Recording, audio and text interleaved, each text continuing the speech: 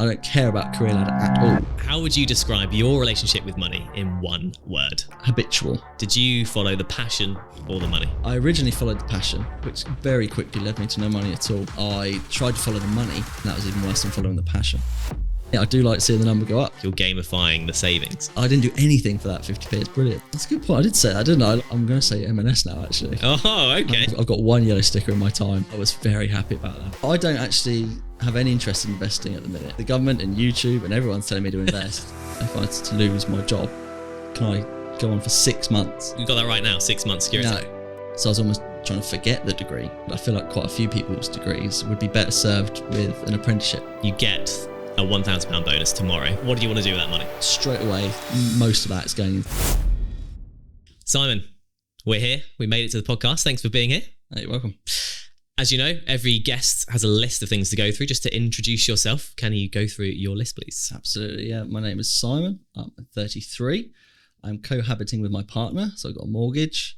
I'm an engineer on what I would call a sufficient salary, but it is a few grand below the median for the UK. And I have 0 dependents. Lovely stuff. So it's the big question to start with. How would you describe your relationship with money in one word? I would say habitual. Habitual? Yeah. Okay, expand on that. Talk me through it. Well, it's because I do the same thing with my money every single month. Right. So I get into these patterns every single month, every single day. And I just make sure that I always do the same thing every time. So it's just consistent. And is that, you say habitual, you say you've done it every day, every month. Have you done it every year? Like how long have you had this kind of habit? It's a long time, actually. That's a good question. As long as I can remember. Yeah, probably about at least 10 years, like probably 15. I've been doing it like that since you can easily see the information on a phone or on the internet or something like that. Yeah. And I mean, that ties in quite nicely with my banking app question, which is how often are you sort of checking your banking app? Is it daily based on that? Yes, it is daily. Yeah. Sometimes a few times a day, actually. Okay. I don't know why. Sometimes I just like to look at the numbers, even though they're not high. Just mesmerised by the numbers. Yeah. It's just good to see, good to know what's coming in and out. Is that what you're looking for? You're like the assurance of like, yes, my bills will get paid, or is it something different? No, it's not really the assurance, to be honest. It's just knowing it's there and sort of, is it in the best place it could be? Because I like to keep it in a few different places or, doing different bits. So that's really what I'm looking for, I suppose. And I've got it spread across a few different apps as well. So there's plenty of apps to look in. What, and are they different banks? Yeah, a couple of different banks. And then you've got your credit card app. And then I guess the other one's a bank as well. So yeah, it works that way. Checking through. So doing the maths, going back from 33, 23 is 10 years ago. Before that, what was going on? Was it chaos? Did you have a different kind of habit? Were you not even thinking about it? Before that, and to be honest, mid-20s and before, I just didn't have any money. So there was nothing to check. I could just about sort of get the bills paid and it was fine. It was comfortable in that way, but there was nothing extra and I wasn't doing anything, not trying to make my money work for me because interest rates are really low anyway. So it's just nothing to check. But just simply. Yeah. Yeah, now, it's in a few different places and there's just more I can do with it.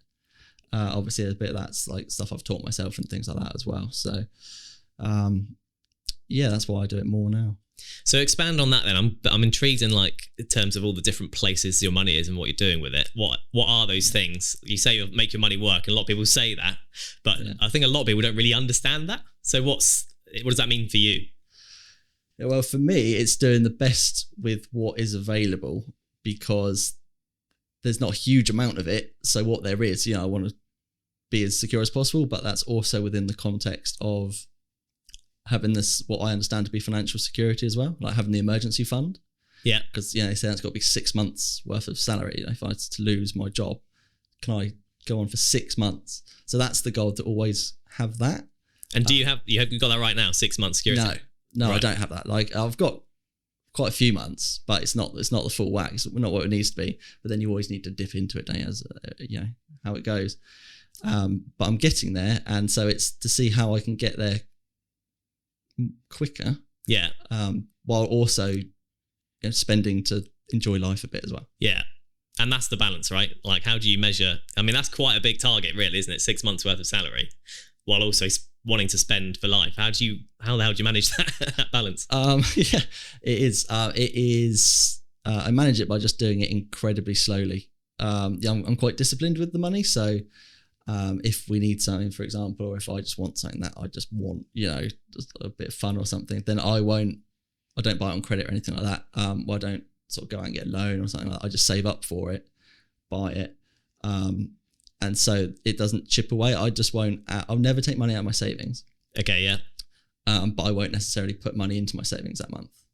Right. So okay. the total savings never goes down, which is what I do. Once it's in the savings, I consider it locked away. Yeah. Even though it's not. It's easy access account as well, which is obviously important for it to be an emergency fund. So the interest isn't as high as it could be. But that flexibility is also an important factor to consider. But yeah, sometimes I will think, okay, well, next month I won't put any away, but I'll spend it on this or, holiday deposit or something like that. So it's interesting that you kind of call it an emergency fund, but you're pulling out of it. It's more of a float, right? Well, yeah, because when it is an emergency fund, then it will be set in stone. Right, okay. And then I'll effectively have no cash again. Yeah. Because that's not going to be touched. And then I create a normal savings account for bits like that. But at the minute, I suppose it is just a giant amount of money listen to me. It's just a lump sum that, I can dip into because I feel like I have enough control not to overspend. Okay, yeah.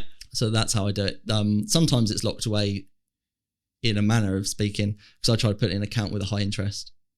And then that is up to a certain amount of money. So obviously I try to keep that amount of money as a minimum in there. Right, okay, and then the rest I can be a bit more flexible with. But once it's at minimum, even if it's only for 12 months or something, because I'm always shopping around for new products like that, then that amount is locked away. Yeah. If you see what I mean. And you mentioned you're cohabiting. You're living with your partner, you have a mortgage together, which is always quite a big deal, really. How often do you talk with your partner about money? Pretty much all the time. I maybe every day. Interesting. But it's hard to think about because I don't consider it like a money conversation. It's just normal. It's just part of a normal conversation. So I don't really register when we're talking about money and when we're not. But now I'm thinking about it. I would say fairly often, definitely. And what are those conversations? It's more just about, have you seen this particular product available, or you getting this interest, or just trying to both make our money do as much as possible, really. And is she sort of into it as much as you? Or is she like, shut up, Simon, it's you're boring? Or is it? No, thankfully she's actually quite into it. Yeah. She likes sort of making sure the money's in the right place as well. We work really well that way. And it's interesting that you're sort of approaching money these days with that kind of security-minded kind of habits. Is that something you think you picked up from your parents? I don't think it is, actually. I don't remember speaking with my parents that much about money at all, actually, the more I think about it. Obviously, they got me my first bank account and, all of that, and then access to it. And I remember getting my first sort of debit card. That was very exciting. Exciting times. Yeah, that was good. What picture did you have? I didn't go for a picture. Oh, really? That is the sort of person I am. I just like the playing cards. Okay, fair. But yeah, since then it's mostly just been off my own back, just looking around and sort of deciding I want to do this with it, or I feel like I should be doing more with it. Once interest rates became not horrible, really, I just sort of take it upon myself to have a look. Yeah, because I'm the same. Never had that conversation and never do have a conversation with my parents about money at all. And I don't know if it's a good thing or a bad thing. Like, some conversations I've had with people, they've had amazing money lessons from their parents. Do you kind of wish that you had learnt stuff earlier, or do you think actually you're fine having worked it out as you have? No, I think I'm all right, actually. I think it's fine how it's gone, just because, like I said, there wasn't that much to play around with in the first place. And what I keep with it is pretty simple. I'm not doing anything clever with it. It's not in sort of government bonds or anything, I don't even know. But it's not complicated stuff that I do with it. So I don't feel like I missed out. And is there anything in terms of like investing that you wish you knew more about, or that you want to do? No, I don't actually have any interest in investing at the minute. Really? No, despite how much the banks want to get me to invest. And the government these days. Yeah, the government and YouTube and everyone's telling me to invest. Yeah, I'm immediately skeptical of that. Really? Yeah. Again, once I had the emergency fund and then a good bit of cash after that, then yeah, maybe I'll probably play around with it. But it's more of a toy, like something to do with some spare cash rather than like for financial security as far as I'm concerned. Interesting. And why do you think that? Is it just because everyone's telling you you're skeptical? No, it's because I always like to be certain with it, and it's always speculative. With you might get less in than you put in, that sort of stuff. Yeah, you might get less out, and I'm always about making sure it's consistent, even if you get less return on it. So I'll always go fixed rate with anything I can. Don't want to be on a variable rate of anything, because I just don't. I would rather pay slightly more because I know what's going to come out. And I think investing is just an extension of that. I think I'd rather just that amount of money be in a interest rate account, easy access account, than be with some company. Yeah, that's fair enough. Put it like that. Yeah. And you talk to your partner about money every day, you reckon? Yeah. Approx. What about with friends? How much do you talk about money with friends? Not very often, actually. I don't talk with friends about money very often at all. Not because I feel like it's inappropriate or uncomfortable about it. It just, I don't know if it's part of the deeper culture in the country, but money just never really comes up that much. I don't avoid the subject. I don't think anyone's avoiding the subject. It's just in the nature not to talk about it.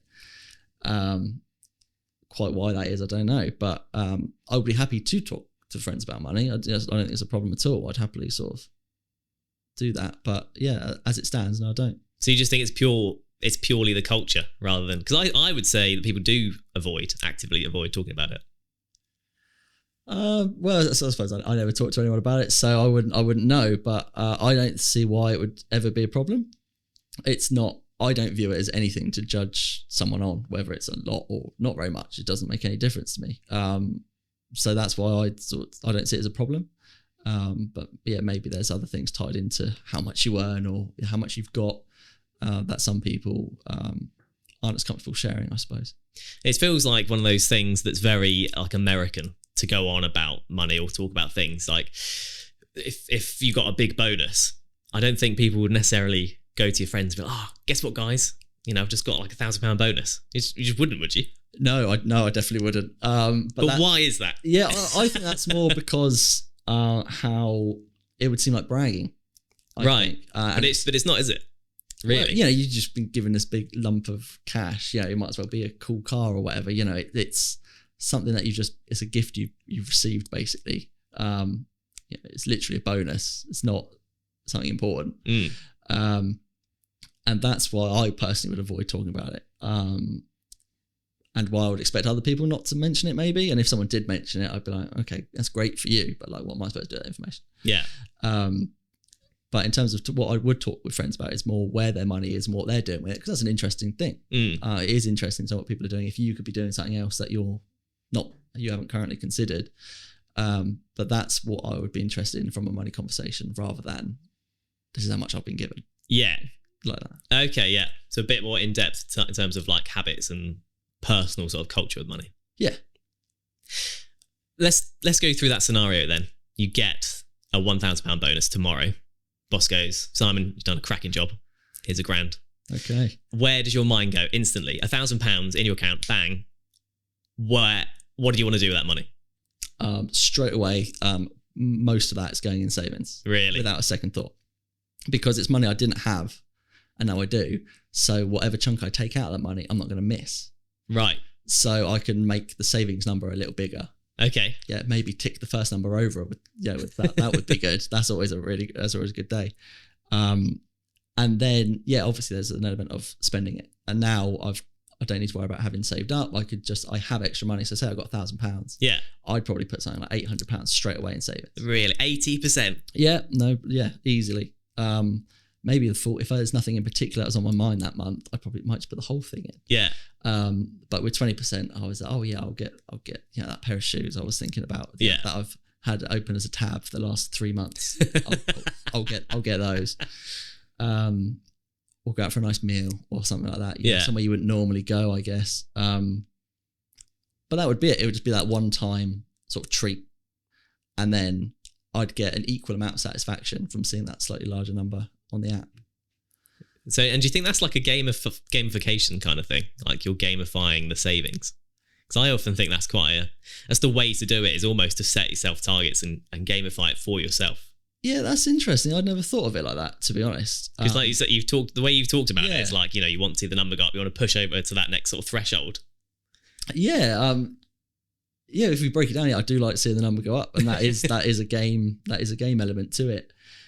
Yeah, especially if you can see like daily interest. You just see like the 50p or whatever. You're like, ooh, that's 50. I didn't do anything for that 50p. It's brilliant. Yeah. And it adds up. So yeah, I think there is an element to it. I think it's fun. I don't know if that reveals more about me than money, but is that a personality defect? Probably is. But it's a good habit to have, right? You know, however it manifests, why not?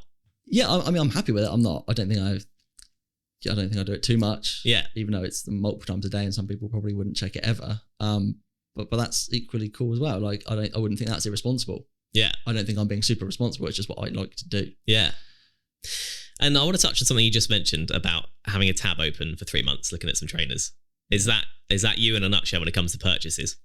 Yes. Yeah, not trainers because I didn't like, but you know, that's just an example. But yeah, something like that. I would just keep a tab open, or copy and paste a link and just put it in a notes app or something like that. Right. And just wait for it, because it's the same thing. If you see something in a shop you like, you think that's really cool.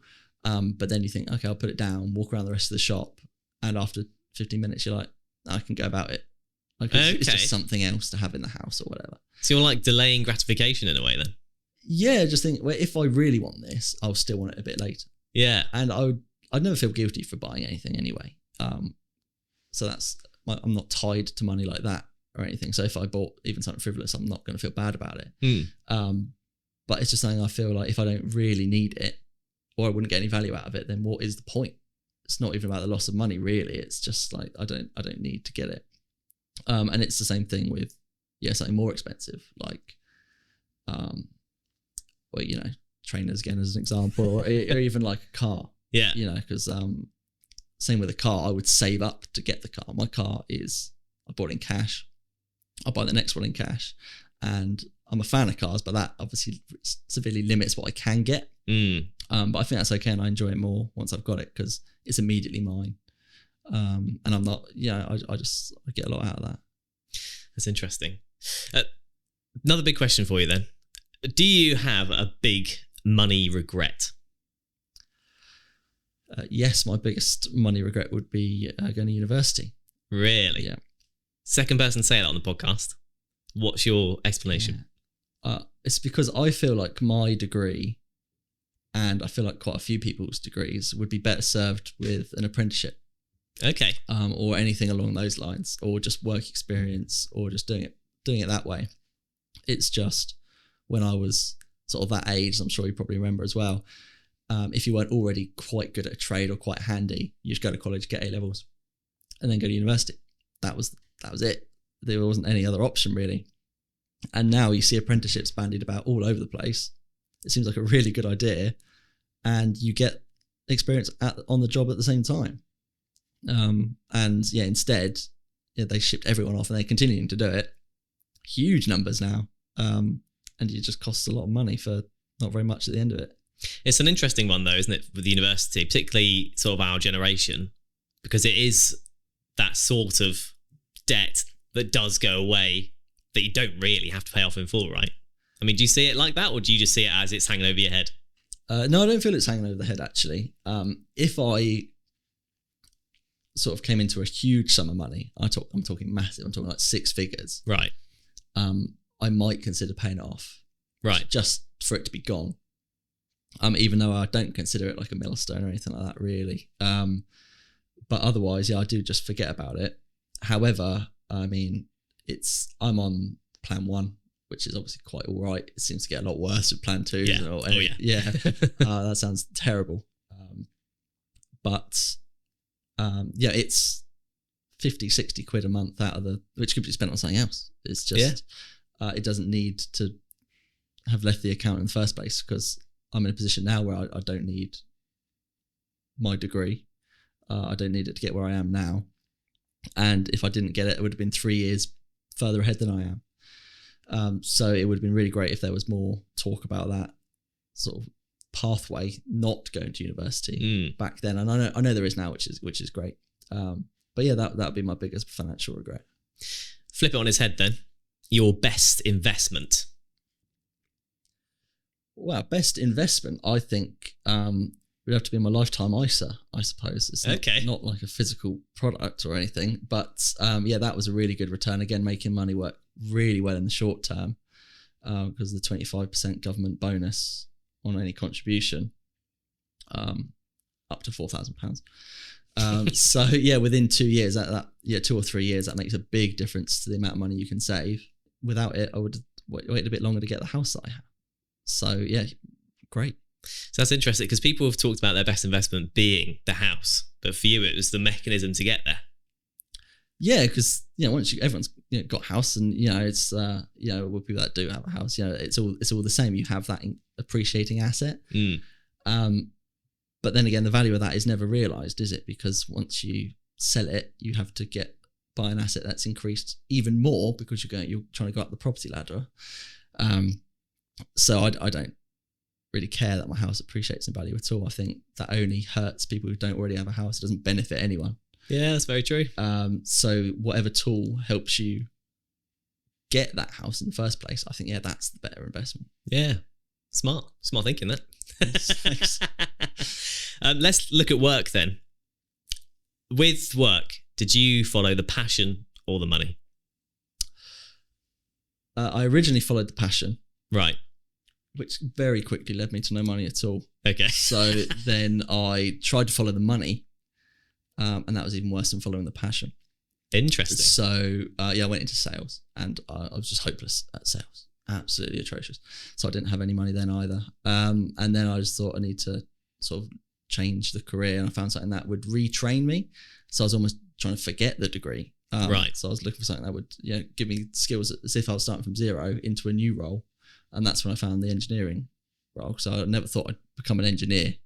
But now I am, and it's working for a local authority as well. So it's not for a private company, which was quite important to me, because I'm not working to make anyone else any more money or anything like that. I'm just working to sort of help people and improve something about the sort of the immediate environment, which I get a lot of value out of. But with that, you take a bit of a hit to the salary. I think it's quite well known that working in local government is less well paid than the private sector. But that's a trade-off I'm more than happy to have taken. And it's interesting that you've done both. You followed both the passion and the money, and actually ended up somewhere else.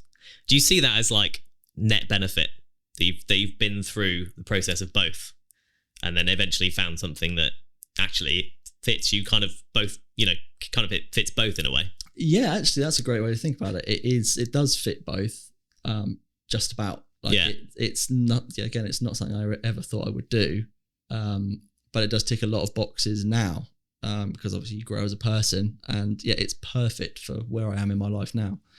Having done both is great, just to rule out one or the other, because you only regret things you don't do, or you regret them more. So I can say I've done both. They both didn't work out. It put me 10 years behind, but that's fine. It doesn't matter. I was still living for 10 years, so I don't mind. And it's interesting you say it's put you 10 years behind. Like, do you see that very much as like a bit of a race in terms of your career? That's a good point. I did say that, didn't I? I always said that I'm not that person. I don't care about career ladder at all. Yeah. But that's the first thing I went to, is to say behind. Yeah. But perhaps I didn't mean it in terms of career. I don't really know what I meant by it. I just said it. This is how it seeps into the thought process. But it could be on personal level, or just financial security, or even getting the house, because I was quite a few years behind my peers. Right. Okay. That, yeah. Which was fine. It just was what it was. So yeah, that could be why. That could be what I meant. So it's a bit of a comparison thing, potentially.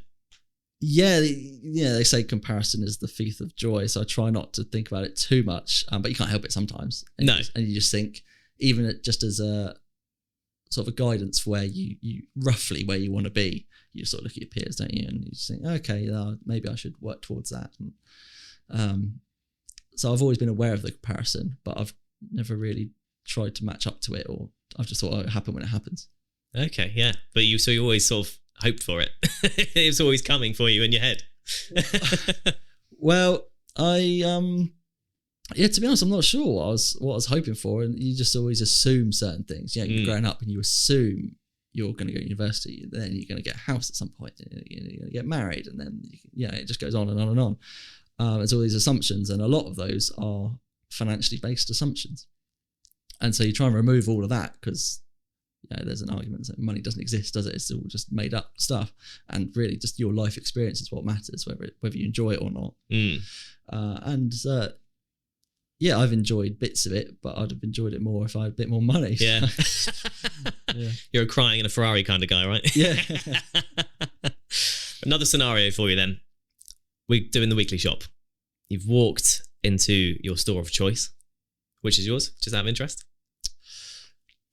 It was Sainsbury's, but I'm going to say M&S now, actually. Oh, okay. Moving up in the world. On the record. You're that guy. Yeah. Right, you walked into M&S. Let's say you're doing the weekly shop.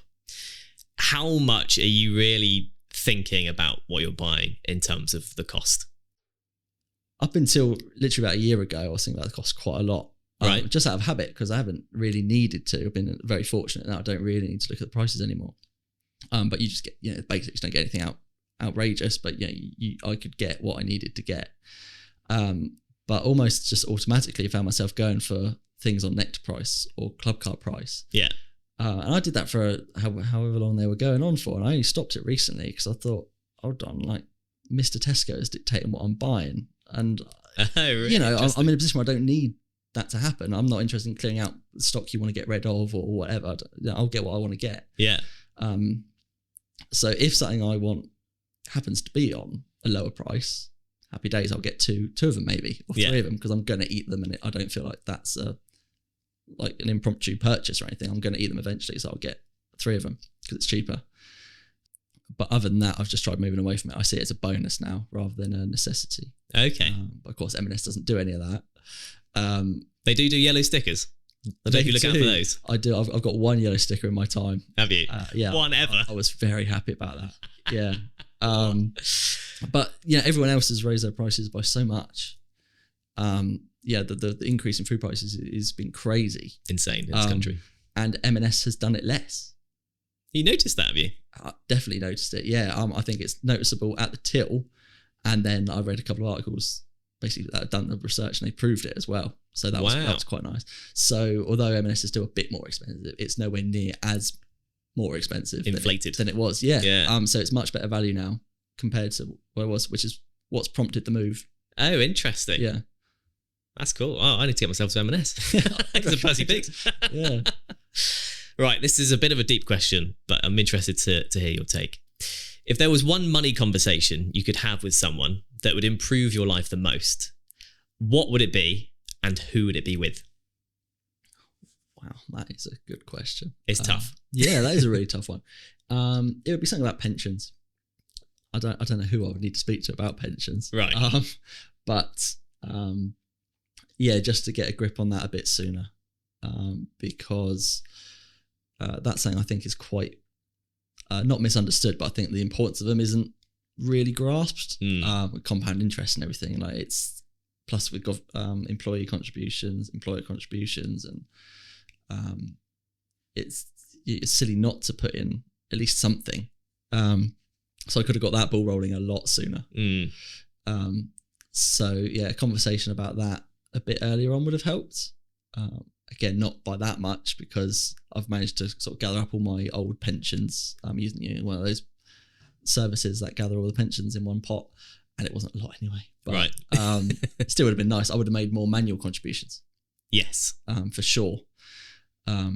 Whenever I could, even if it was only like a tenner a month, it's just massively beneficial. So it'd be something along those lines. Okay, interesting.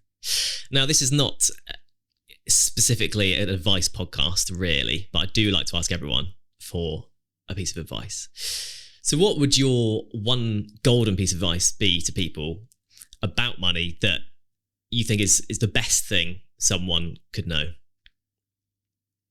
The best thing you could know about money, maybe, is to sort of try and take a step back from it, remove yourself from money, because money is not everything, which is normally something rich people say, but it's really not. And if you have enough, I think there can be a lot of freedom in just accepting that for a little bit at least. Just understanding what your situation is. You think, I have enough for this.